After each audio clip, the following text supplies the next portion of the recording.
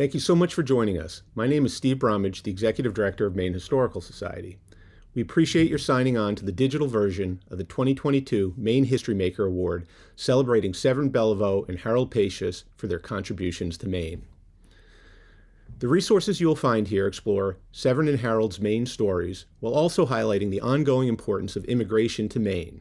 They include documentaries exploring Severin and Harold's Maine experiences, interviews with Severin, Harold, and many of their friends and colleagues, and a wonderful performance of Acadian music by Don and Cindy Roy. The Maine History Maker Award illustrates the close connections between Maine's past, present, and future, and recognizes the role that each of us plays as stewards of Maine.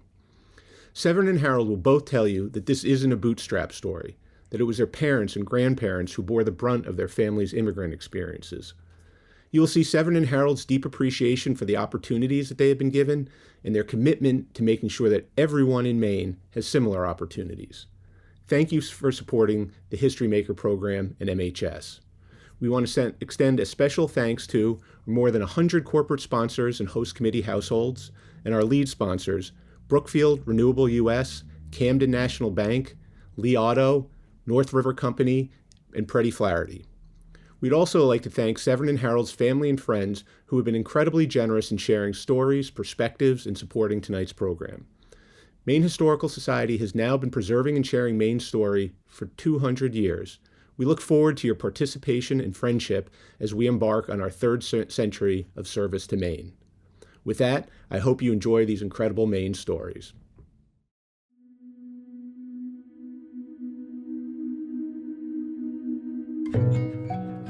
Severin and Harold will both tell you that this isn't a bootstrap story, that it was their grandparents and parents who bore the brunt of being immigrants, who felt explicit discrimination, and who experienced being new Americans and new Mainers.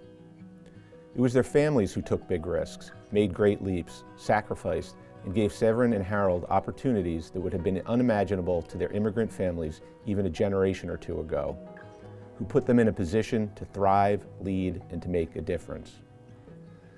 For approximately 13,000 years, Wabanaki people have lived in what is now Maine.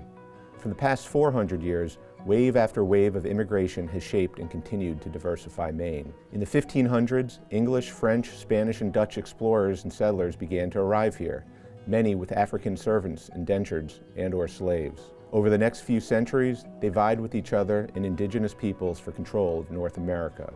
During the French and Indian War, the British began expelling French Acadians from Nova Scotia in 1755.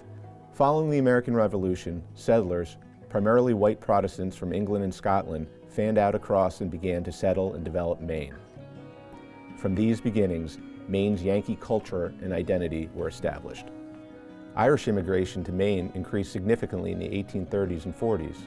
Primarily poor, Catholic, and uneducated, these new Mainers found labor-intensive jobs and harsh discrimination.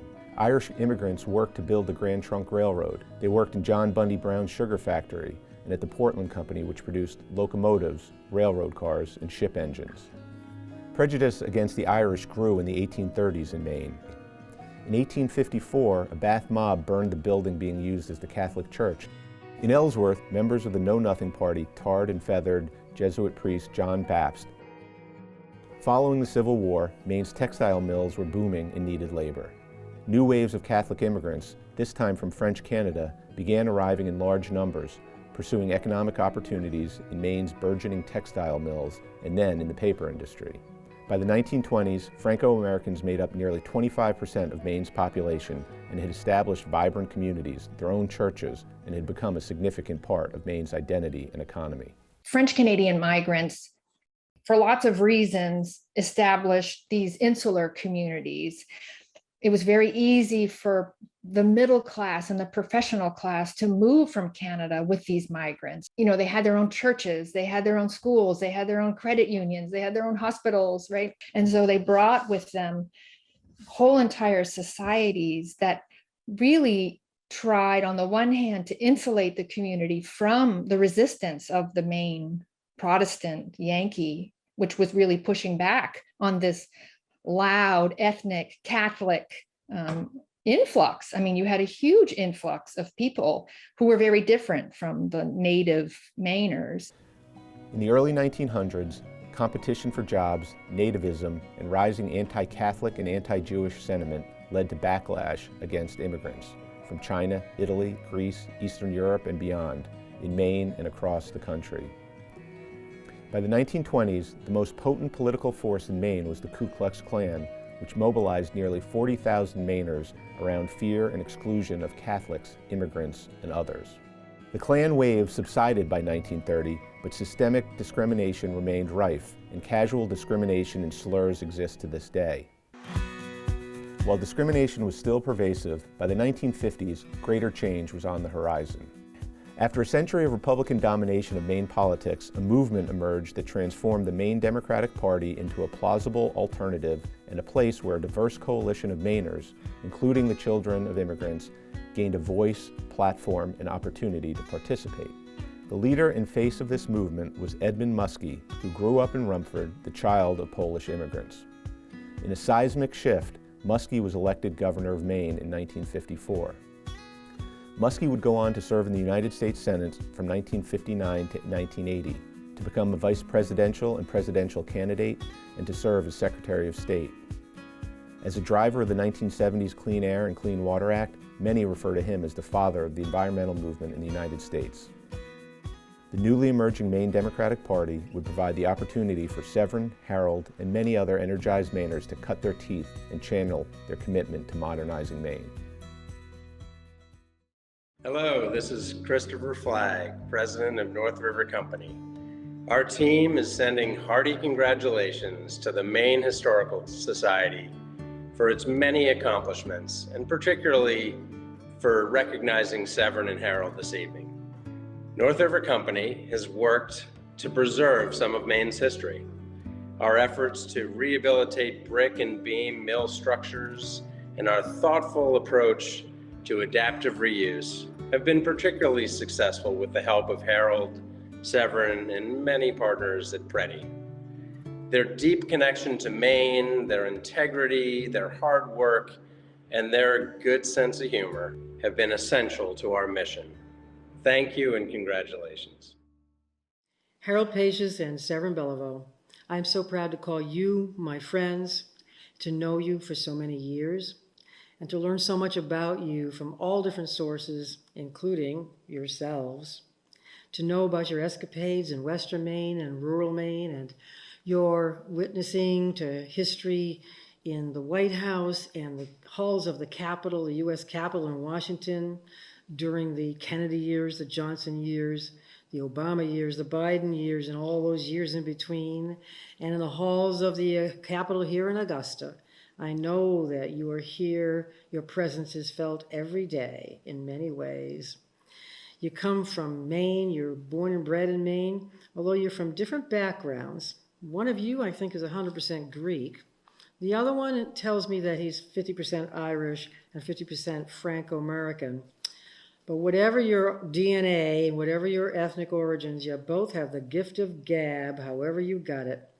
And both of you are eternal mischief makers, and I love you for that. You're rogues, but you're lovable rogues. Thank you for all you've done for the state of Maine, and congratulations on getting this tremendous award from the Maine Historical Society. My initial reaction was, who are these guys? And they sort of came bursting in with a total solution of whatever they wanted to do. Here are two guys that clearly are people. Both men are interesting and interested. They're inquisitive about issues and people. They both are highly charismatic. They both are highly intelligent, and they listen. I think together they brought Washington law to Maine. They are both very, very active in supporting social justice causes, and have been for a long time. The work ethic of both Harold and Severin is amazing. Today, it's always been amazing. And their life is finding opportunities, meeting people, hearing how to make the state better. Their legacy is unmatched. They're both legends. They're not going anywhere, and we're still trying to help them in small ways as they accomplish great things.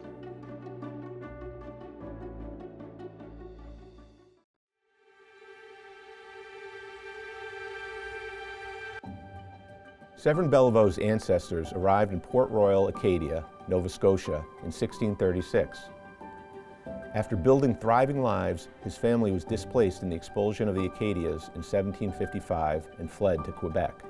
In the 1870s, Severin's grandparents came to Lewiston, along with many other Quebecois, to find work in the growing textile mills. Severin's father, Albert Beliveau, who was born in Lewiston in 1887 and raised in Rumford, is a towering figure in Maine history. In 1906, Albert was captivated by the political speeches made by Matthew McCarthy, a local Irish attorney and Democrat who championed the rights of labor. Inspired, Albert sought a job in McCarthy's law office where he thrived. He then worked his way through the University of Maine School of Law in Bangor and was admitted to the Maine bar.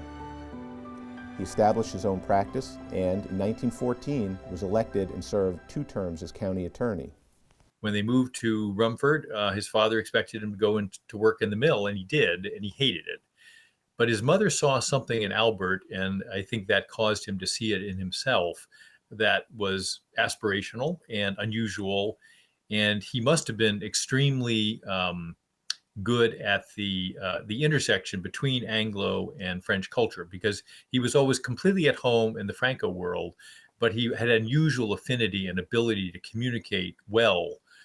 So the first great example of that was when he went to law school. He finished a 3-year program in 2 years and then achieved the highest score ever recorded on the bar exam. For a French speaker who had never gone to high school, never gone to college prior to going to law school, that is almost unthinkable. Albert served in France in World War I, came home in 1918, reestablished his practice, and became a prominent local figure. And Albert used that, ambassadorial quality he had to navigate boundaries throughout his life. I mean, there are good reasons why he was the very first Franco in Maine elected county attorney, and then to go on to the Superior Court and then the Supreme Court. In 1935, when he was 48, Albert finally married after both of his parents had passed away. Fittingly, he married Margaret McCarthy, the daughter of his legal and political mentor. In 1935, Albert was also appointed a Superior Court judge, the first Franco in Maine. He would serve in that role for 18 years, an eternity for most justices, thanks to his both being a Democrat and Franco. Into this world, Severin was born in 1938. His older brother Albert Jr., Darby, had been born in 1936, and sister Judith joined in 1940. Severin grew up as part of a prominent, well-established family, engaged and respected throughout Maine. Albert was finally appointed to the Maine Supreme Court in 1954. His accomplishment was remarkable given the broad discrimination Franco-Americans faced in Maine throughout his life, and the impediments that discrimination placed on his career. Rumford was the beating heart of the Beliveau family. Albert's family had moved there in 1904, just after the Oxford Paper Company had been formed. As Maine's paper industry took off, Rumford quickly grew into a thriving community whose life was centered on the mill. By the 1930s, Rumford's population was 10,000. The Oxford Paper Company employed 3,000 workers and supported a strong local economy, rich community life, and vibrant Irish, Franco, Polish, and other immigrant populations. While the Believeaus weren't mill workers, the town's economy supported their law practice, and they were Rumford people. Severin kind of, being from Rumford, even though, through the years, I've always thought of him, as many do, as somebody, brushing elbows with kings and queens and governors, he's never lost that Rumford feel to him. He got his work ethic from those people. He loved them, they loved him, he knew them, and he's never forgotten his Rumford roots. When Severin was 16, he left home for St. John's Preparatory School in Danvers, Massachusetts, a challenging experience, but one that expanded his world. He then attended Georgetown University, graduating in 1961, and studied law at the Georgetown Law Center. For a year, Severin worked his way through law school as a member of the Capitol Police Force. We met when we both joined the U.S. Capitol Police Force, where we were working 4 to midnights in the Capitol to go to law school in the morning. We had to qualify with a .38 pistol. And Severin had a lot of trouble I'm not sure he ever qualified. All the rest of us did. And a couple of us decided it was a rainy night that we would clean our guns because you're supposed to clean them periodically. So someone went down to the squad room to get the gun cleaning kits. So we came up in there, 4 or 5 of us, and we dumped all of our bullets out on the table out of the gun because we were cleaning it. Severin had been on building patrol outside in the rain. I remember he came in his raincoat, he looked at us and said, "Hey, where'd you guys get those bullets?" Because they hadn't given him any bullets. Following graduation in 1963, Beliveau spent 6 months in the U.S. Coast Guard before becoming part of the reserves. Severin started a law practice in Rumford. He was soon joined by elder brother Albert Jr. and by his father Albert Sr., who had retired from the Supreme Court in 1958. In 1964, after just 4 months in practice, Severin ran for and was elected Oxford County Attorney, the 4th member of the Beliveau-McCarthy family to hold that position. In 1966, Severin was elected to the Maine House of Representatives when he was 28 years old. In 1968, Severin was elected to the Maine Senate. In 1969, he succeeded George Mitchell as state chairman for the Maine Democratic Party. And that put him, in 1972, at the crossroads of American history, Watergate. CREEP, the Committee to Re-elect the President, broke into the offices and tapped the phones at the Democratic State Chairs Association, including Severin's, leading ultimately to the downfall of Richard Nixon. Severin, like Harold, continued to live a committed bachelor life through the early 1970s, even as he lived at home with his parents.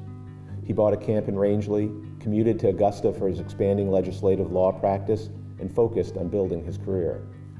Finally, at a political event, he met Cynthia Murray, who came from a Democratic family as active and prominent in Bangor as his was in Rumford. They shared countless interests, connections, and commitments, and clicked.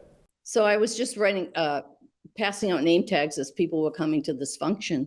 And at the end, I had a bunch of name tags still left on the table. Severin, of course, would never come for a name tag because everybody knew him. So I said, "Well, who's that guy over there?" And somebody said, "Oh, that guy, that's Severin Beliveau. Like, you don't know him?" And I'm like, "Oh, okay." That's when I first saw him operate. They were married in 1973 and continued to work side by side on campaigns and political initiatives. President Jimmy Carter's 1978 campaign trip to Maine suggests Severin and Cynthia's presence at the intersection of Maine and national Democratic politics. As down-to-earth as they come, Carter wanted to stay with a real Maine family. The Murrays, with their working-class roots and political activity, were a natural. It was a spectacle. Once the crowds cleared from the modest neighborhood, Carter became part of the family overnight. He even made his bed the next morning. Severin and Cynthia started their own family in 1977 when Emmett was born, the first of 4 sons. Cynthia insisted that the family's Irish heritage be honored equally. In her words, "Of course our 4 sons have French last names and Irish first names, Emmett, Devin, Connor, and Liam, because they are just as much Irish as anything else." Severin's Franco identity meant everything to him. He grew up speaking French. He lost it at a certain point. He still has some good French catchphrases and a really solid Maine accent. So he gets some cred with that. Politics was the sport for the Beliveau family. From his earliest years, Emmett participated and offered shrewd perspective as candidates came and went. Emmett would go on to serve in the Obama administration, while Devin served in the Maine legislature. And they would talk about, "Oh, it's important to vote. You guys have to get out and vote." And I just remember thinking, like, why are we talking about this? Everyone knows this. Like, everyone knows you have to volunteer on campaigns and knock on doors and drop off leaflets and obviously vote. That's like the least you got to do. Like, why do we have to keep talking about this in school? And it wasn't until after, obviously, that like, oh, less than half the country votes sometimes. So for me, I mean, I think the seed to like run for the legislature was planted very early, just watching him and learning about his career. And so I know I would never have done that if not for him. In 1978, Severin decided to join forces with Harold, and the two brought their firms together, creating Preddy, Flaherty, Beliveau, and Pachios. Severin brought a strong presence and established practice in Augusta, and he helped navigate and negotiate complex issues that affected Maine profoundly, like access to and use of Maine rivers by industry and recreational interests. There was a big dispute back in the 1980s between Central Maine Power, what was then Great Northern, and the Whitewater Rafters. It was sort of like the Wild West with the whitewater rafters insisting on being able to go down the Kennebec and Penobscot rivers when they wanted to, and CMP and Great Northern saying, well, we'll release water from our dams when we think it's appropriate and not necessarily on your schedule. Well, Severin guided both parties through the legislative process to protect the needs of CMP and Great Northern to be able to, do their business and use hydropower, and at the same time, create opportunities for the whitewater rafters. Since the 1980s, Severin has focused on building his legislative practice in the firm, quickly becoming one of the most influential figures in Maine through his command of the legislative process, connections, strategic mind, and ability to productively work with diverse parties. When you meet people in Augusta now, or when I was there during the 80s and the 90s, they think Severin, served there for years, that he might have been a governor, he may have been congressman. I mean, it's like he's a fixture, like he actually, is part of the place. And that's what's amazing about him, is that people just identify with him as being, part of the political establishment. Severin has also been a leader in the community, particularly through his efforts to promote an ongoing connection between Maine and France, and through his unfailing support for efforts to preserve, celebrate, and build on Maine's strong Franco heritage. Up to 30% of the state of Maine is Franco-Americans, and that the University of Maine system should serve those Franco-Americans. And so Francos deserve a place at the table at the University of Maine system. And Severin has been instrumental in making that happen. It's one thing for me as a faculty member to say that. It's another thing to have a community leader like Severin to say that. And he can say it to people that really matter. In 2008, he was presented with the Legion of Honor, the highest order of merit that France bestows, for his support for Franco-American and French heritage in Maine and New England. Severin Beliveau may be one of the most influential people in Maine who many Mainers haven't heard of. His contributions to building and supporting the Maine Democratic Party has helped create a platform and sphere of influence for wide swaths of Mainers who hadn't previously had a seat at the table. Like few others, Severin understands that the issues that shape life in Maine are complex and require commitment and compromise. Above all, Severin shows us what it means to be a proud Mainer, grounded by his roots in Rumford, his Franco heritage, and exuberant to learn about and celebrate the Maine experiences of all he comes in contact with. He can tell stories like nobody can. And Severin never held grudges. He's always been very generous with his time. He's really open-minded, especially for an 84-year-old. And the example I always think of is like in his late 70s, Liam basically turned him into a yoga master. There's always stories, there's always the willingness to engage with people and entertain people and make people laugh. He deeply loves the state, he loves its people, he loves making contributions and being able to make a difference in the state. I treasure that friendship as much as any friendship I've ever had. And I think Maine is a big part of who he is. I'd be somewhere halfway around the world or on a fishing boat in Alaska or something crazy. And when I could connect with him, he was into it. He thought it was awesome. Over the past several decades in Maine, there are very few people, including the highest elected officials, who've been more deeply involved, have had more active participation, and undoubtedly have more affected the lives of Maine people than Severin Beliveau. With that, I would like to continue to play to the Franco aspect of the evening, and we're thrilled to have Don and Cindy Roy here to play us some music. They are nationally recognized Franco musicians that reflects that. They both recently received a National Heritage Fellowship from the National Endowment for the Arts, the highest honor given in the United States to traditional artists. So please join me and welcome them.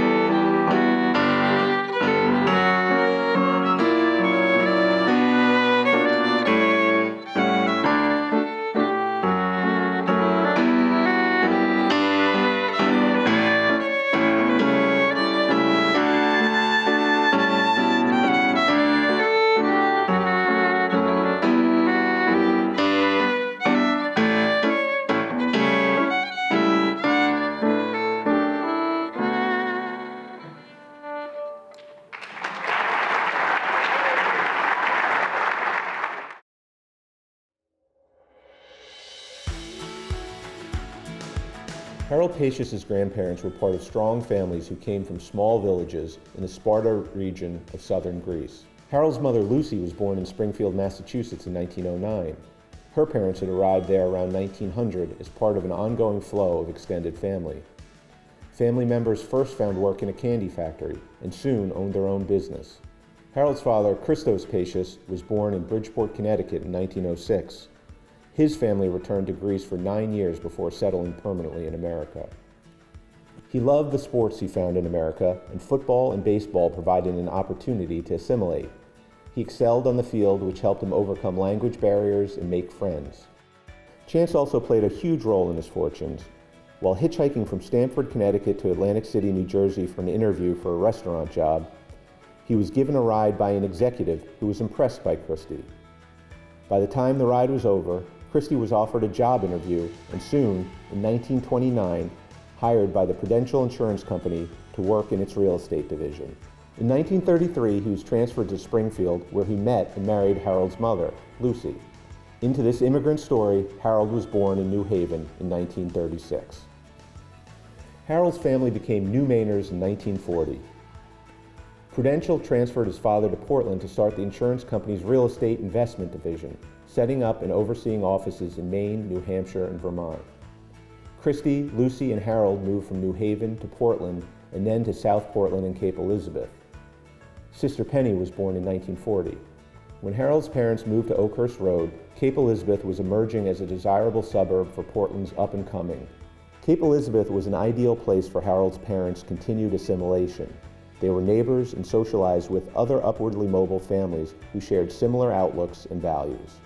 The family moved comfortably between two worlds, identifying and maintaining close connections with the Greek community and meeting, identifying, and socializing with the Portland establishment. Harold played baseball on Cape School and American Legion teams and basketball for Cape Elizabeth High School. Christie's and Lucy's friendships expanded their horizons, and they saw how friends had gained opportunities through education. This included boarding schools and colleges that opened doors and, in Lucy's words, created a personal brand. After 3 years at Cape Elizabeth High School, a local priest suggested that the Kent School in Connecticut might provide an affordable opportunity for Harold to gain just that kind of opportunity. Lucy went back to work, managing a lunch counter in the Time and Temperature building to support Harold's Kent tuition and Penny's Waynfleet education.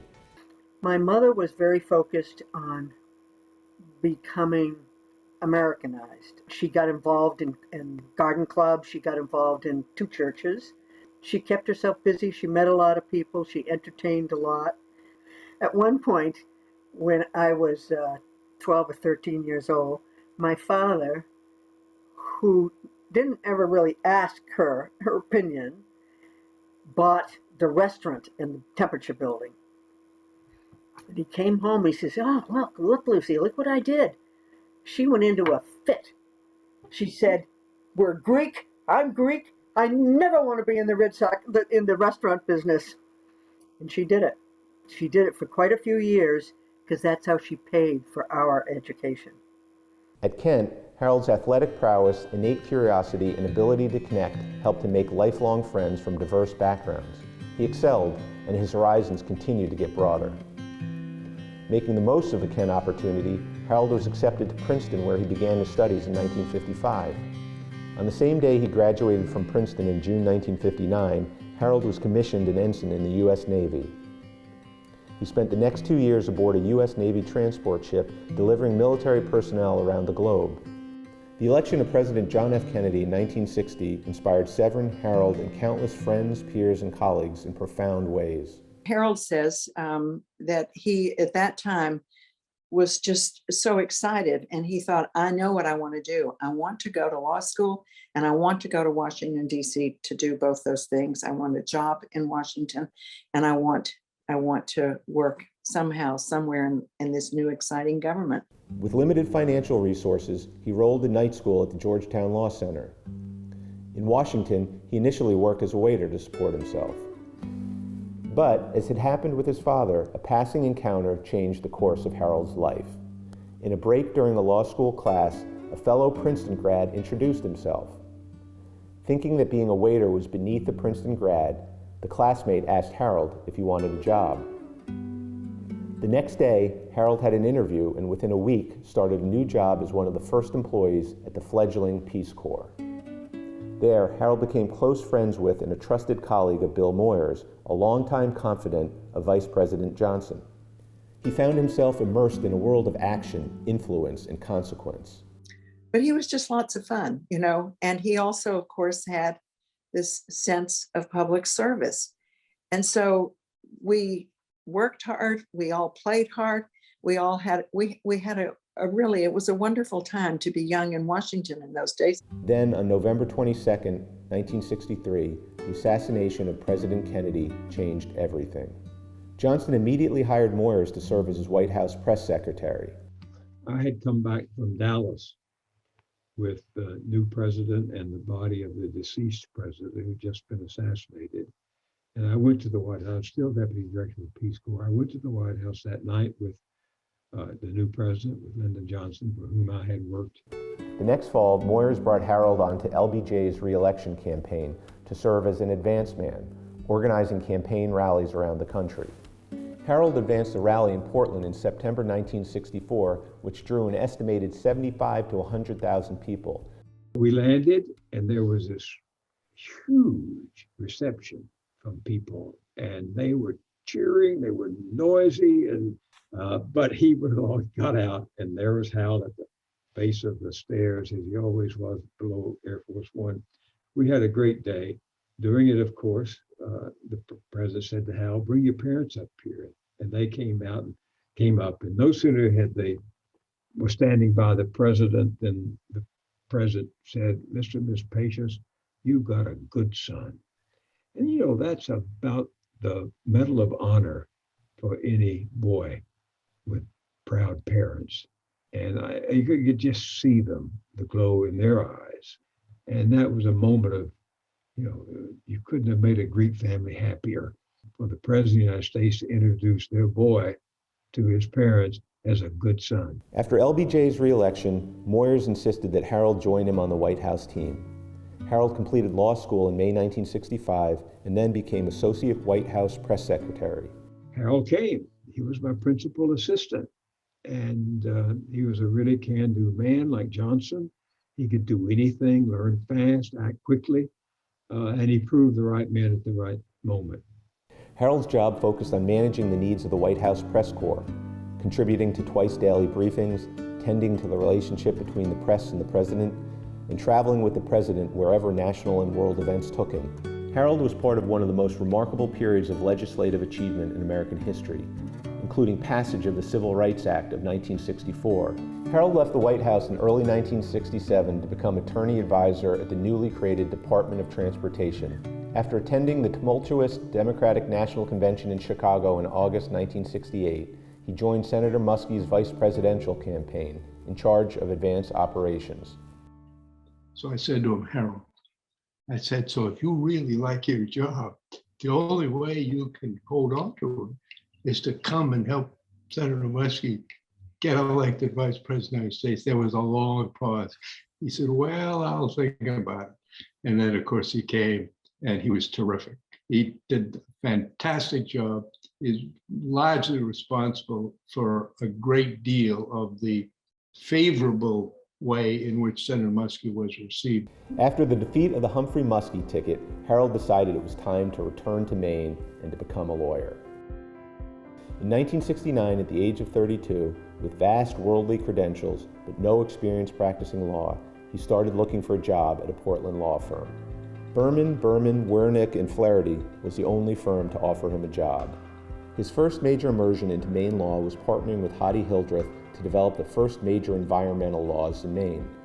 This gave Harold the opportunity to travel the state, to work closely with Augusta's governing class, and to demonstrate his legal chops. Harold also remained active in Democratic politics. He managed Senator Muskie's presidential primary campaign in California in 1972, and then became chairman of the Maine Democratic Party several years later. Harold, like Severin, continued to live a committed bachelor life through the early 1970s, even as he still lived at home with his parents. He bought boats, commuted to Washington for social engagements, and focused on building his career. He met Luann Drago at a political function in Augusta, and they were married in 1974.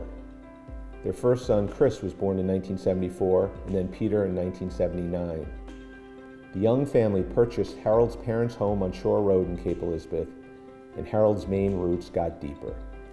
In 1978, Harold decided to join forces with Severin, and the two brought their firms together, creating Preddy, Flaherty, Beliveau, and Pachios. The new firm had a strong identity and focus. They considered themselves outsiders. Preddy was Italian, Flaherty Irish, Beliveau Franco, and Pachios Greek. Together, Harold and Severin had built one of the largest and most influential law firms in Maine, with strong regional offices and presence. Harold has spent the past decades focused on expanding the practice, the Maine community, and a remarkable array of national and international service.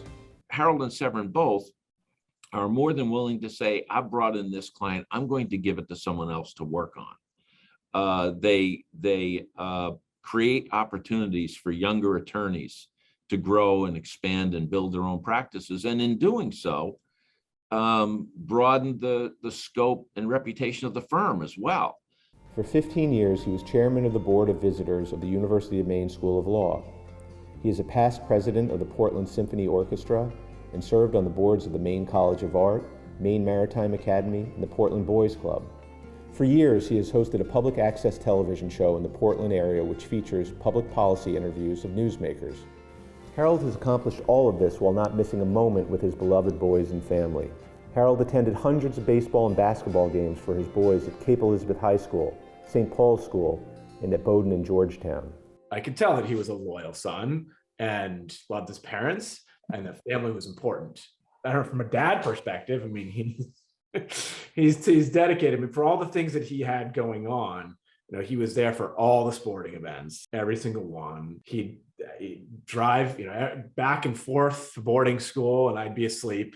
Harold's sons have continued in the family business, real estate. He'd always say he couldn't understand why there was a Maine mall being built. You know, why the hell would you go out to South Portland, in the middle of nowhere, when you could be on the 50-yard line of Portland, right? And right there on Congress Street, and why you would ever go, you know, what was the purpose of a mall? And I can remember, and probably this relates to some of the real estate that we still own today, but the arguments at some of those family gatherings, you know, Greek Easter or whatnot, between our father and our aunt Penny and their dad. And what the hell, why would you buy that building? You know, and I say what always drew me to real estate was, I can remember sitting with him in Florida. Real estate business is the best goddamn business, kiddo.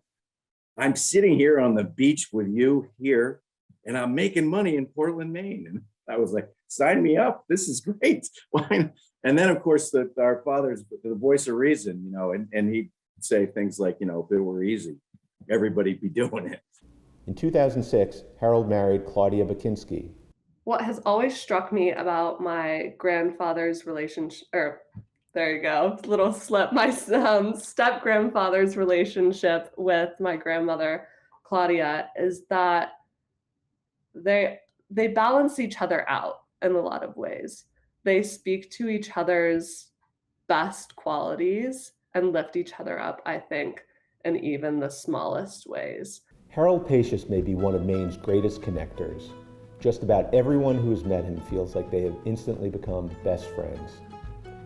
That comes from a sheer sense of exuberance and appreciation for the opportunities that his Greek immigrant family gave him, for his education, to have been born in America at a time when so much was possible, and after his family had spent generations on the move, to have a home and community as welcoming and nurturing as Cape Elizabeth has been to his family for 80 years.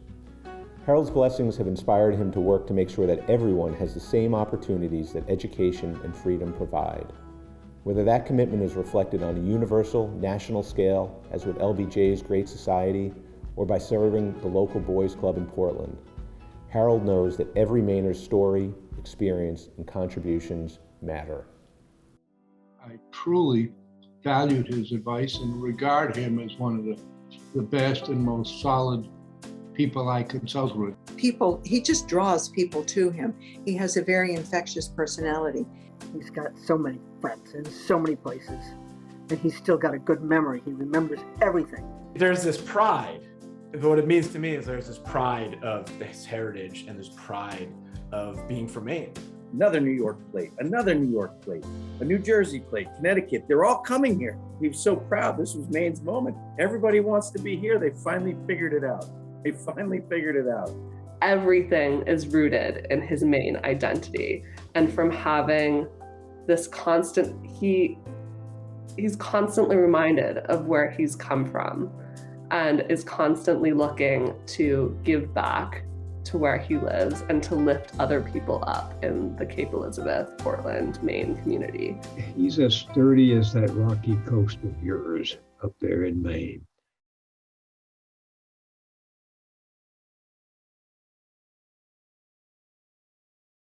His father was a laborer, part-time baker. They moved to Jay in 1900. He was 13 years of age, left school at age 13, went to Jay, worked with his father in a bakery, which they started, there for 2 or 3 years, mildly successful. The mill in Rumford was then evolving, it was developing, there was a demand for workers, moved to Rumford. And my father at that time, he was 17, 18, 19, worked in the mill.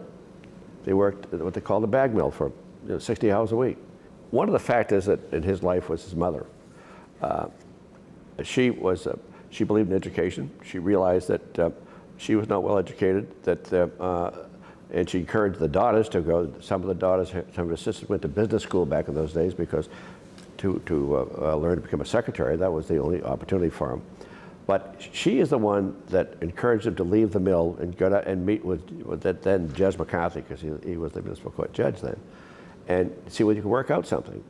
And he's, after working in the mill, watching the conditions, he says, I'm not going to spend the rest of my life here. He said, there are other opportunities for me. And he was very competitive. His mother was competitive. She was the instrumental cause, the moving force in his life. And as a consequence, she was very close. That's one reason he didn't get married. He didn't get married until he's 48 after his mother died, and he's very close to her, very supportive of her. I had worked as a clerk for a New York City law firm in their DC office. And I thought that I might work in that office. But I remember getting, my father called. My father and I were talking about it, and he said, there's a vacancy in the office of county attorney. They can't find a Democratic lawyer. And I said, well, I'm not quite there yet, but I said, what do you think? He said, so I came home, and my name was placed on the ballot by default. They couldn't find anybody. I was totally unqualified. I could find the courthouse, but that's about it. So I was elected, and being a single person in Rumford, Maine is a real challenge, I'll tell you. So they gave me an opportunity to travel around the state, and I was exposed to people my age who were active professionally, politically, and got to know. Then I became county attorney, so I used that as an excuse to travel around, and we had some interesting cases I prosecuted. It was really a lot of fun back in those days. We opened an office in Augusta, a very small shop in Augusta, two-person shop. My brother maintained the office in Rumford, and another lawyer, and we represented the Maine Bankers Association, Maine Auto Dealers, insurance companies. Developed very nicely because the business community recognized that they didn't have a contact or connection with the Democrats in the legislature, and I filled that vacuum. And I developed a very big practice, a very successful practice. But also, I learned that when you're representing trade associations and groups, they all also need legal services. I didn't have the depth to do it, didn't have the people to do it. So Harold and I kept talking. I said, Harold, you guys have a firm of 20-some-odd lawyers. Everything the business community does now is affected somehow, somewhere by the legislature. They enact laws that affect them. And I said, let's get together. I said, I can refer legal work to you. You send me your lobbying work. And so he and I talked about it for about a year and a half, a couple of years. We discussed it for several years. In 1978, we finalized the arrangement. I think he had, back in those days, Freddie Flaherty had probably 20-some-odd lawyers. There were 4 of us. And we merged and thrived. The firm just expanded. Now, I identify ourselves as the ethnic law firm. Freddie's Italian, Flaherty's Irish, Belivaux's French, Pace is Greek. I mean, we distinguish ourselves from the rest of the people, but we're also result-oriented, aggressive, and ambitious. We almost as if we had a chip in our shoulder. We wanted to demonstrate to the rest of the world we could be as effective and as successful as they were. I think their honesty, I mean, I think they're just open-minded, modest amount of prejudice here and there, but that goes in today's society. I just think people are generally supportive. I don't think they're engaging, far more engaging than other parts of the country. I think they're grateful for people who visit with us. I don't see this tension here that I see when I visit either my children or visit for business reasons other parts of the country. But I think our attraction here is our natural resources. There is no question about that. I mean, I think only 8 or 9% of the surface area of Maine is developed. Most of the stuff is undeveloped. It's wide open. People love to come up here and have that wilderness experience. They won't come up for a couple of weeks. It's helpful, but that's our attraction. We're viewed as a very wholesome, honest place to be, a good place to do business. I mean, everybody's straightforward. We deal with state government, local governments. You don't get the runaround. You don't get the delays. I think there's a sense of responsibility on the part of government that they have to serve the people. Harold's, again, a very bright fellow, engaging, eager to learn. I mean, he is a student. I mean, he's in many ways a scholar. He just enjoys the academic, intellectual part of the world, the life. I mean, whether the law is one thing, but today, because of our age, he's involved in a number of things. I get emails from him every day about this issue, that issue. Have you read this document? Have you read that document? What brought us together was politics, and the fact that we both saw politics as an opportunity to advance our own careers and possibly benefit others. To this day, here we are in our 80s, and we have adjoining offices, and we check on each other every day to make sure we're still alive and well, because when one of us goes, the other has to go, because no one will talk to us, This year, I think, is going to be a defining year, in the sense that I think that I finally reached the point where I have to do,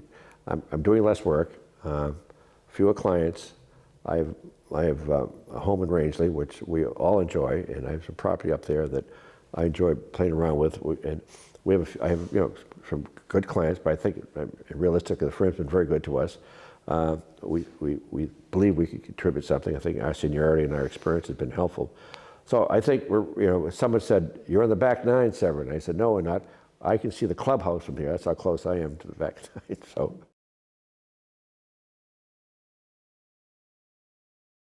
He and my mother, who had never been to Maine before, just loved it, because they had, I think you got to understand, here they were, these immigrant kids, and suddenly they're living like the other Americans, like the real Americans, they would say. A home in Cape Elizabeth, a car, a garage, go to work wearing a tie. Nobody wears a tie today, so that doesn't make any sense to people. But in those days it did. And so they became kind of establishment people suddenly. And it happened in Maine. And so they thought, whoa, isn't this great? And they loved it. And my father was asked every year to transfer so he could get ahead in the company, and he always refused. The thing about my mother was she was ambitious, and she wanted her children to do well. And this was all new to her. This was not her background. This is not her parents teaching her about life. And so she watched and absorbed. And she said, these people get ahead. These Yankees, they do things and live a lifestyle that opens doors for them, gives them privileges. She watched and imitated in many ways. So I was on my ship, and I came off watch on election night 1960, and we were in the middle of the Atlantic Ocean, and I went to the radio room because they had the AP and the UPI tickers to see what was happening in the election, and I got hooked. I was tearing the stuff out of those machines and reading the reports from the various states. And that night, I said, if Kennedy wins, we didn't know he won until the next one. If Kennedy wins, I'm going to go to Washington. And I thought, I wanted to go to law school. I'm going to go to Washington at night school, and I'm going to work during the day in the government, the new Kennedy administration. Big thoughts. I didn't know a soul in Washington. Big thoughts. Now we come to luck again. Now we come to luck. Off I went to Georgetown Law School in the summer of 1961. It was August. And I needed a job. I was going to go to school at night. I got a job in a restaurant, like my father did. And I guess many other Greeks. I got a job in a restaurant and working breakfast and lunch and then going to school at night. First week in school, guy sitting behind me in contracts class, all dressed up, suit, tie. The break, 5-minute break, he said to me, "Where did you go to school?" I said, "Princeton." He said, "So did I. What do you do?" I said, "I'm a waiter." "A waiter?" I was offended. And I said, "Yeah, what do you do?" He said, "I work for the president's brother-in-law, Sergeant Shriver. We're starting a new agency called the Peace Corps." Of course, I had heard of it because I was an idealist. Next words out of his mouth, "You want a job?" I interviewed with the big firms, which were not very big in the day. But I went to Verrill Dana and Pierce Atwood and Bernstein Shore, and nobody wanted to hire me. I was then 33 years old. No one wanted to hire me. You're too old, you never practiced law before. And I went back to Washington, and a week later, George Mitchell called me. He was then a lawyer here. And he called me and he said, "I had lunch with these guys, and somebody is going to be leaving sick and will not continue in their firm. They'll be looking for somebody. I told them about you, and they wanted me to ask you whether you'd come up for an interview." I did, and I got hired. That's how he got to Portland. And I made less than I made at any time I lived in Washington. I mean, I've got the true minimum. And so I couldn't afford an apartment. I lived at home with my parents, which was nice, and I enjoyed it. And I ran into another guy who liked politics, and he lived with his mom and dad, and he was 30 years old. And he lived with his mom and dad in Rumford. And his name was Severin Beliveau. Our relationship, by the way, we're in business together, is based on shared experience. And we're both almost the same age. I'm slightly older. We both kind of we're political, maybe still are a little bit. We knew all the same politicians. We were involved in the same political party. We were bachelors.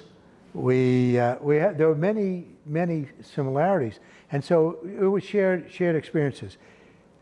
I would say over the years that what's pretty unique about it is that I laugh at everything Severin says. He can say unfunny things, and I laugh. And if he wants to be very funny, because he's very quick, and this is the truth, I often come out of my chair down to my knees, and people think I'm nuts. Well, for me, the thought of retirement, I ask myself the question, where would I go every day? So I don't collect stamps. I don't know what I would do. So I like coming to the office. I like engaging with the people. I'm very disappointed that as a result of COVID, we now have people that have an excuse never to come to the office. Stay home, and if you want to know them, do a video call with them from their living room, and you'll get to know them in their living room. No, I don't want to retire, but I will be of less use to my firm and my partners over time, I'm sure of that. But I like it. I like the engagement. If I come to my office, I'm doing things. I'm talking to people. I'm talking on the phone. I'm reading stuff. I would not want to give that. And the other thing, if I was retired, one of my pastimes, I alluded to it earlier, is I go into Severin's office and I ask him a question. And I know in response to my question, he's going to say things that will bring me to my knees. And they say when you get old, when you're in your 80s, laughter is a very good tonic.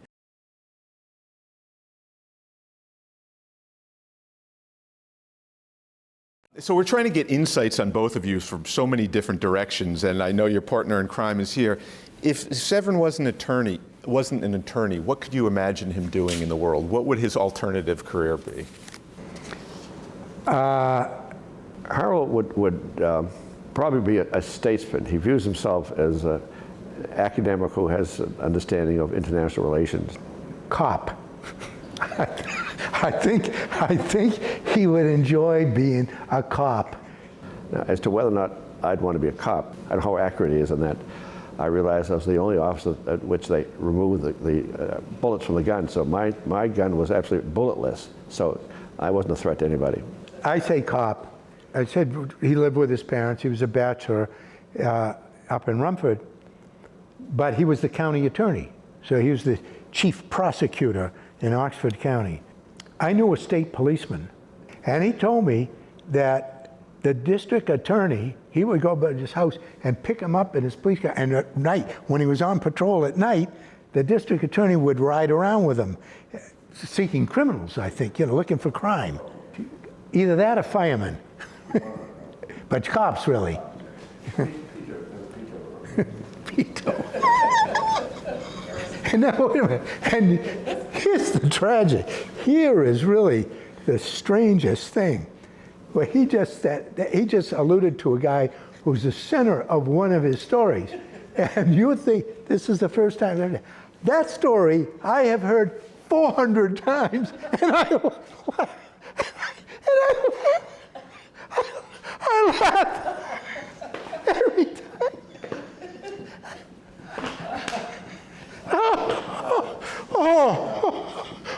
The guy is a fireman in Rumford, and I've heard this story 400 times. Oh, man. Good evening, everybody. I hope you're having a great time. Oh my gosh, there's some great stories in there. On behalf of the Board of Trustees of the Maine Historical Society, I want to welcome you all here tonight for this very, very special evening. And special greetings to Severin and Harold and your families and distinguished guests and our governor. In fact, I think we can probably convene the legislature here almost and get some business done. My name is Meredith Strang-Burgess. I have the great honor of being on the Board of Trustees of Maine Historical. I've been involved with this organization for a number of decades. And actually, I really think I'm only here just to give you a bipartisan viewpoint or something to do that. But so we are here at this point in the program to share our actual awards.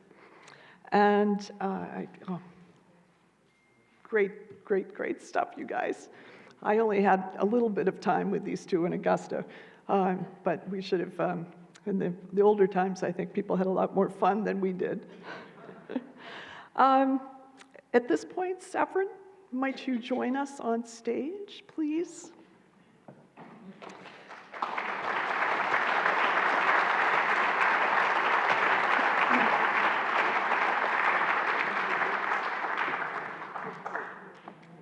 We also would just like to note here, so we're sort of continuing on in our alphabetical order to do that, but also to tell you that just because of the world that it is today in our supply chains, we have a really amazing, stunning award for you, but it's on a tanker ship somewhere.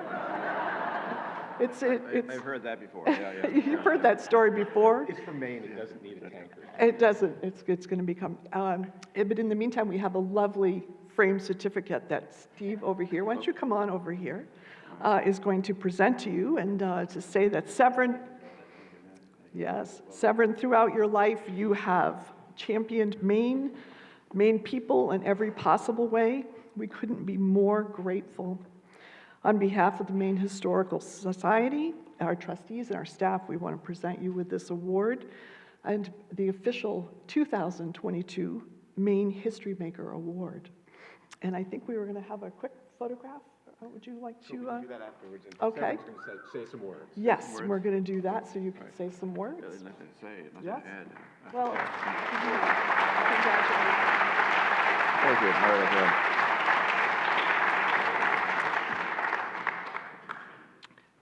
To say that I have nothing to add to what you've seen and heard is true. There's nothing more to say. There's nothing more to say, except in reverse order. Harold's talking about the fact that we share adjoining offices, and we have this therapy session every morning. He either comes down to my office or I go to his. He comes down, he starts telling me a story. I said, Harold, we discussed that yesterday, remember? So we have to remind each other of who we are and what we're doing. But and it's true. I mean, some of the stories that Harold has related, we became friends. I lived at home with my parents till I was 35, and my mother ironed my T-shirts and underwear, which I just never saw an iron since then. But but it worked out very well for both of us. And you heard testimonies from others and what we've accomplished and all. But as one of the speakers said, our success, to the extent we enjoyed success, is not really the result of our efforts in part, but it's due in great part to what our forefathers, our parents and grandparents experienced. So I'd like to begin my comments tonight by, first of all, thanking Christina and Steve for organizing this effort, for this program. I think the timing of this, the subject matter, dealing with all these issues that all over the country right now. How do we deal with new arrivals to our country, and how do we compare what the experience is for people who are arriving here today compared to what, in my case, my grandparents experienced back in the 1870s and 80s. So think about it. My father was born in 1887, and my youngest son, his grandson, Liam, was born in 1997, 100 years later. Liam, stand up, let me see you. Come on, Liam.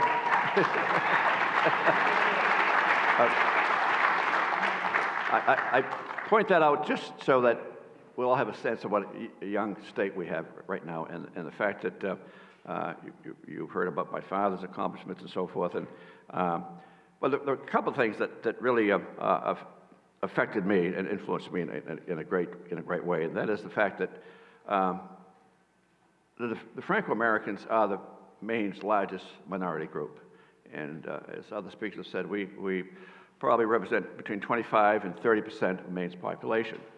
And during the period from the Civil War to the 1930s, about 900,000 Canadians, primarily those from Quebec, left that country, left that province, and came to the United States. Of the 900,000, a majority of them located in New England, many of them in Maine and obviously New Hampshire. So it gives you a sense of the numbers that came during that time period. As a matter of fact, at one point, I was looking at some figures the other day that in 1850, from between 1850 and 1880, I mean 1850 and 18, so I say I'm getting confused, 1850 and 1880, Lewiston's population increased from 5,000 to 20,000. And it gives you a sense of the scale of this migration. But when they arrived here, they had they experienced serious problems, of course. They were, in many ways, somewhat neglected and unrepresented because this was a dominant Yankee society, Yankee population. They spoke no English. Most of them were not bilingual, but they came to enjoy a better life, looking for a better life, as the immigrants that we see here today are doing as well. So that all happened. So you heard about my father going out in Rumford, and he and my mother were a great influence. My mother was an educator, believed in preserving the Irish Catholic culture. My father was a French Catholic culture. We spoke French at home, went to French schools, went to French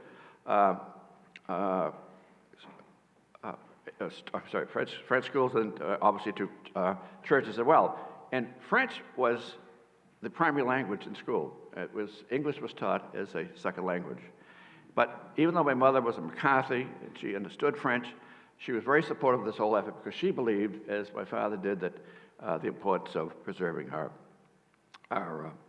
tradition and our customs. I'll just give you a couple of examples, and I think rather than going repeating what you've heard,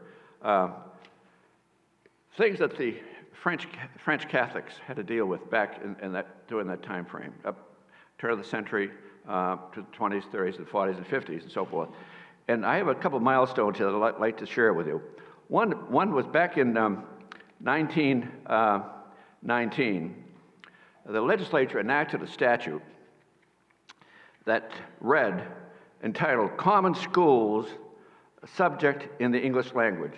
And then it went on to say that the basic language in public and private schools to be English, all designed and directed to the Francos in this state.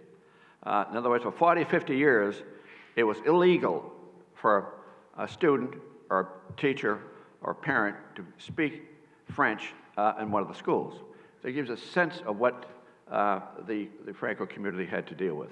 As I said, they came here particularly after 1873 because there was a major economic crisis in Quebec that caused them to lose their jobs and create a great deal of unemployment. They saw the opportunities in Maine. The paper industry was being developed. The textile industry was evolving, and they all came to Maine. In the case of the Believeaux, they worked at the mills and so forth.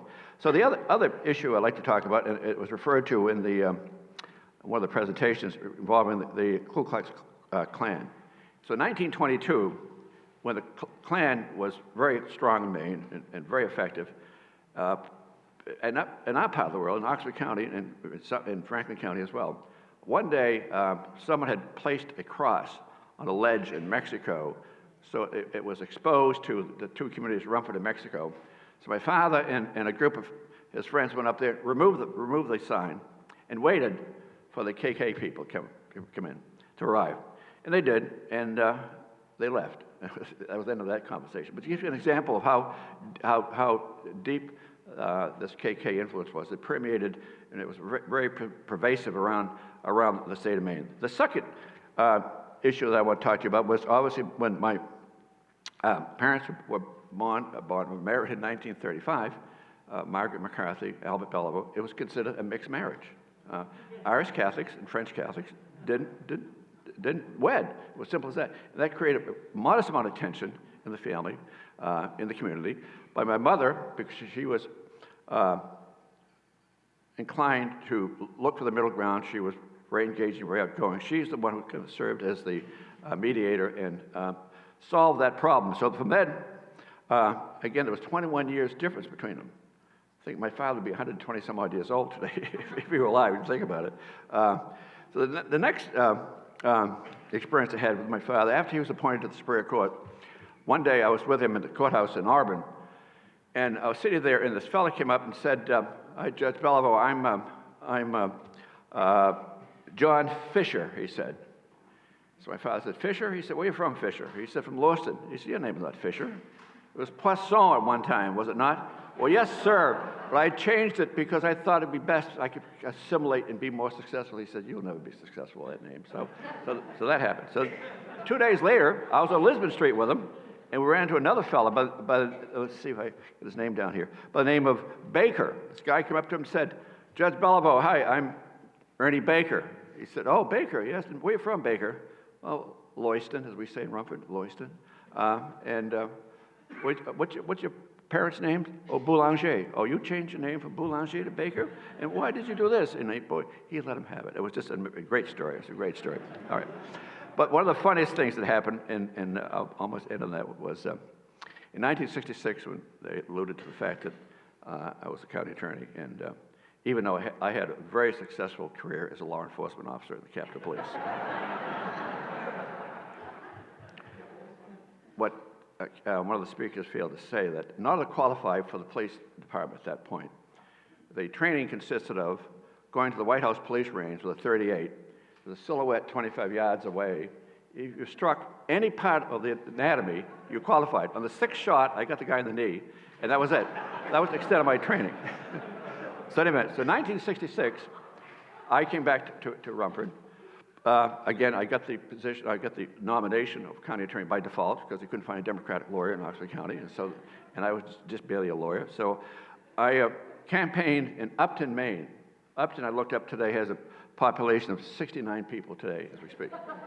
But back in those days, we were looking for votes wherever we could. So I found myself in this general store, and I went into the store, and I was confronted by this large Barry Goldwater sign. Now, this is 1966, 2 years after Goldwater lost to Johnson. I said, whoa. I said, this is not friendly territory. So I would introduce myself, and I said, I'm Severin Beliveau. I'm running for county attorney. Oh, is that right? He said, are you Albert's boy? I said, yeah, I'm Albert's boy. He said, will you tell your father that you met Cedric Judkins? He said. I said, oh, absolutely. I said, can I, depend on your support, talk to your father, he said. So back home that night, I sat down with my father. I said, run into a friend of yours. I said, Cedric Judkins. I think about Judkins versus Beliveau, right? So Judkins, he said, and then he started to laugh and made a few other comments. And he said, let me tell you about Judkins. He said, when I was running for Congress in 1928, he said, Judkins and his friends went around the 2nd District and removed my signs. He said, so one night we waited for him, 3 of us, and they got him. And apparently it had some type of tussle, which resulted in the sheriff calling my father and saying, Judkins has filed a complaint, an assault complaint against you for, he said, good, I'm filing one against him, he said, so let's have it out. So nothing happened. My father lost Upton, I lost Upton.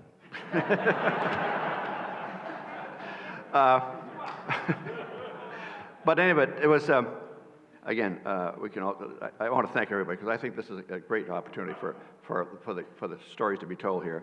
As I said, throughout our family life with my parents, always impressed upon my brother, my father, and my sister, the importance of our respective heritages. And I'll tell you just one final story because I think stories are very important. My father had a little difficulty dealing with the Irish, and he had this historic resistance to engaging with them too much, but even though he got along well with the McCarthy. So after he retired, they used to travel a little bit. They went to Europe a couple of times, but refused to go to Ireland. So I was at home then, because I was home for a long time, and it wasn't all bad either, I'll tell you. But so I said, don't go to Ireland. I said, don't spend the $5,000 to go to Ireland so my brother and I can inherit more when you die, $5,000. Ireland, right? So my mother had learned that where the Belivos came from, County Fermanagh, and Enniskillen, the county of Enniskillen. So they went to the Catholic Church and met with the priest and reviewed the records. Not a record of McCarthy. Not a record of McCarthy. So my mother said to him, Father, it's a mistake. We know it because my grandfather had always told us about Irish Catholic heritage and how deep it was in Ireland and so forth. So I suggest you go to the Church of Ireland down the street, madam. So my mother went down the church, and they was filled with McCarthys. They had converted to Protestantism to preserve their properties. When they came to Maine, they converted to Catholicism, reconverted to Catholicism. Meantime, my grandfather had died, and I had wired up or something. They came home, and my father was laughing like hell. He said, if Matthew McCarthy knew that his forefathers were Protestants, he said he would have died of natural causes then. It's the most amazing story. But anyway, I want to thank everybody. I think this is a wonderful. I think what the Maine Historical Society has done, not only for Harold and me, for which I think we're both indebted to you and very, very thankful. I think you provide a real service to the state of Maine by exposing all of us to the challenges of immigrants during the 60s and 70s. And I want to thank you very much. Harold, you have connected and engaged so many to advance our state and Maine people. We are indebted to you for all that you have done for our community. It is my privilege, on behalf of the Maine Historical Board of Trustees and our staff, to present you Thank you. Thank with you the very much. 2022 Maine History Maker Award. Thank you. Thank you. Yeah.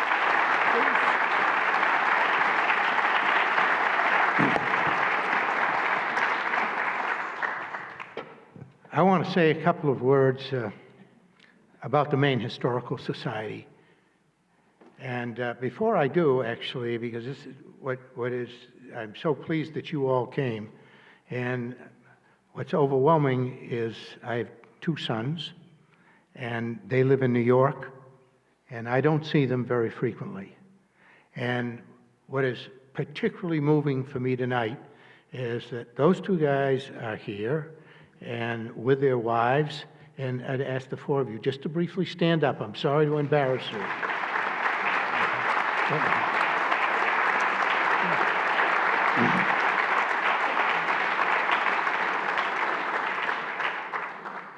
And my wife, Claudia, who is down here.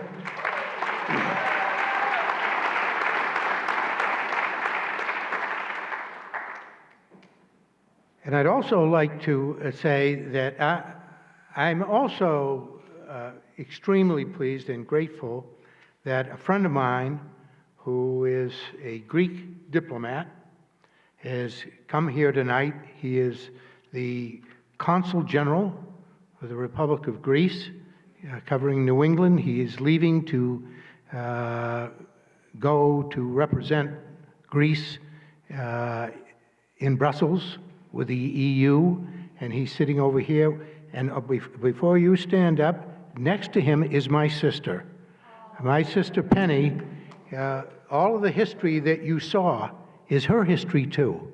And so we have shared a life and shared a parents and shared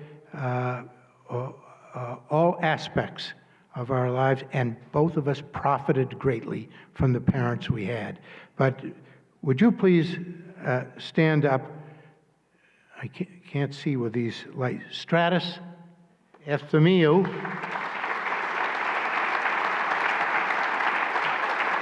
And I want to tell you something about Stratus. He is a up-and-coming diplomat. He will be an ambassador in the not-too-distant future. And as I said to him tonight, I hope that when you come back to the United States next time, you are the Greek ambassador to the United States. Thanks for coming.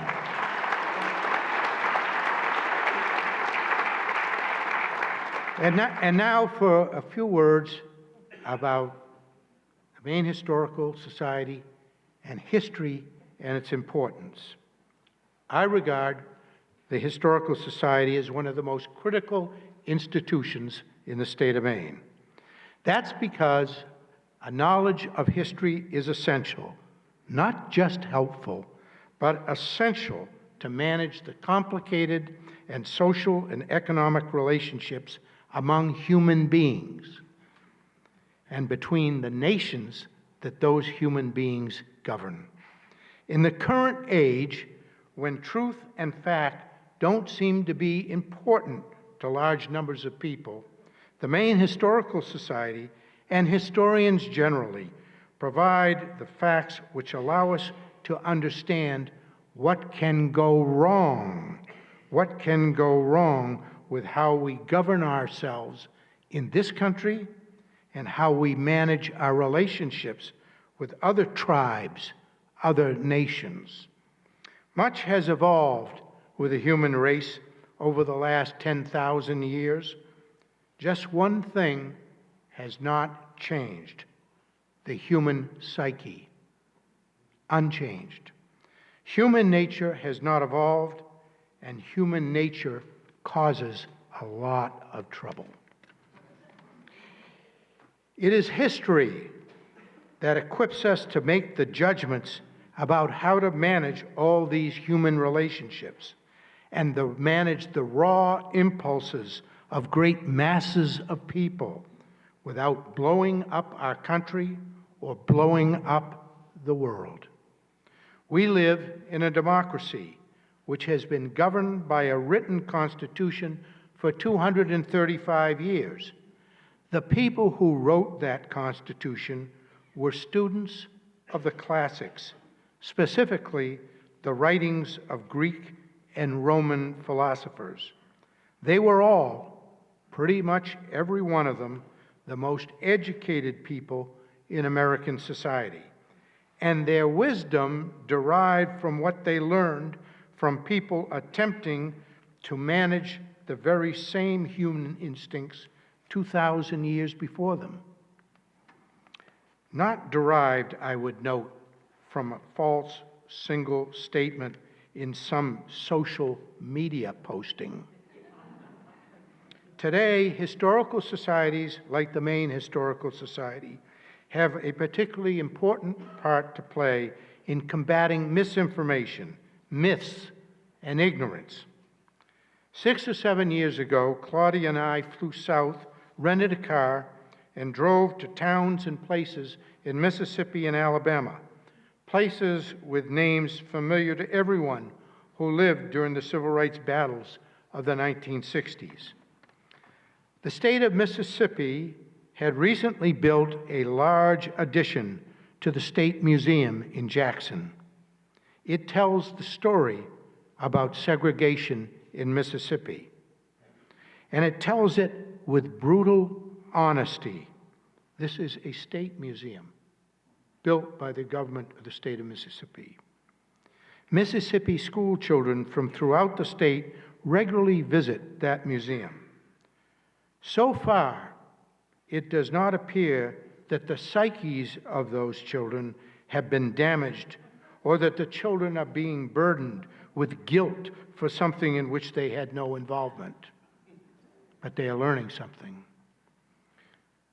Since approximately 1950, the German government has required every German schoolchild to study the history of the Holocaust, the raw facts, and Germany's role in perpetrating this catastrophe.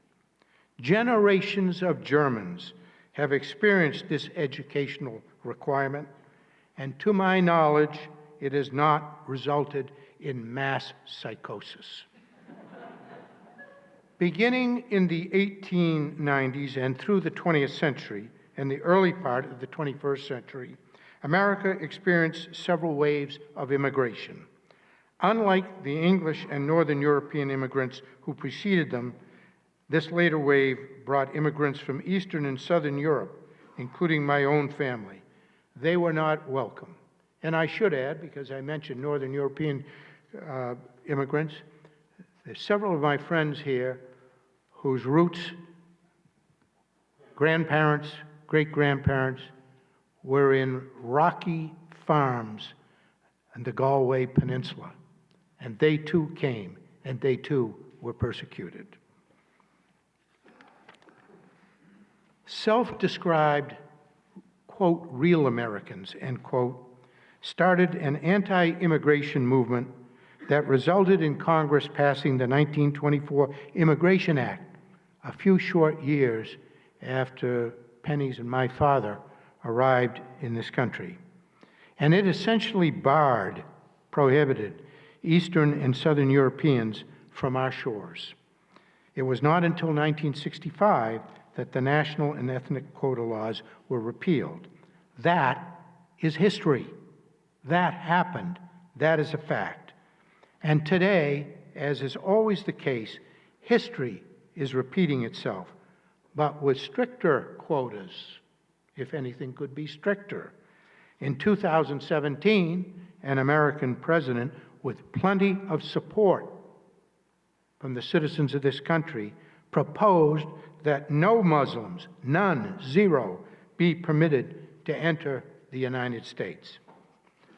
I began walking on Congress Street in downtown Portland, past the Longfellow House and the Maine Historical Society in 1940 when I was just 4 years old.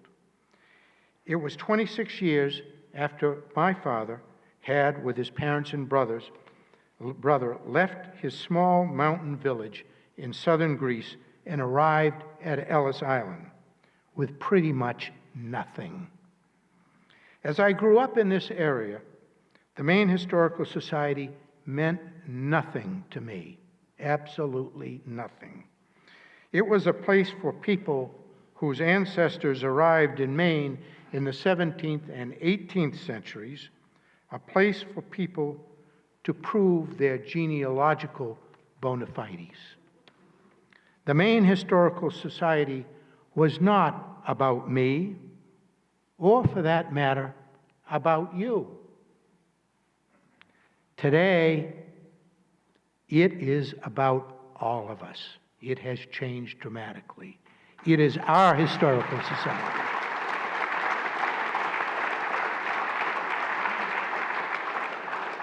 Maine Historical Society is about African immigrants, Asian immigrants, Central European immigrants who have come to our state, in many cases seeking asylum, and they are contributing to our progress in our state, in our community, and in our country.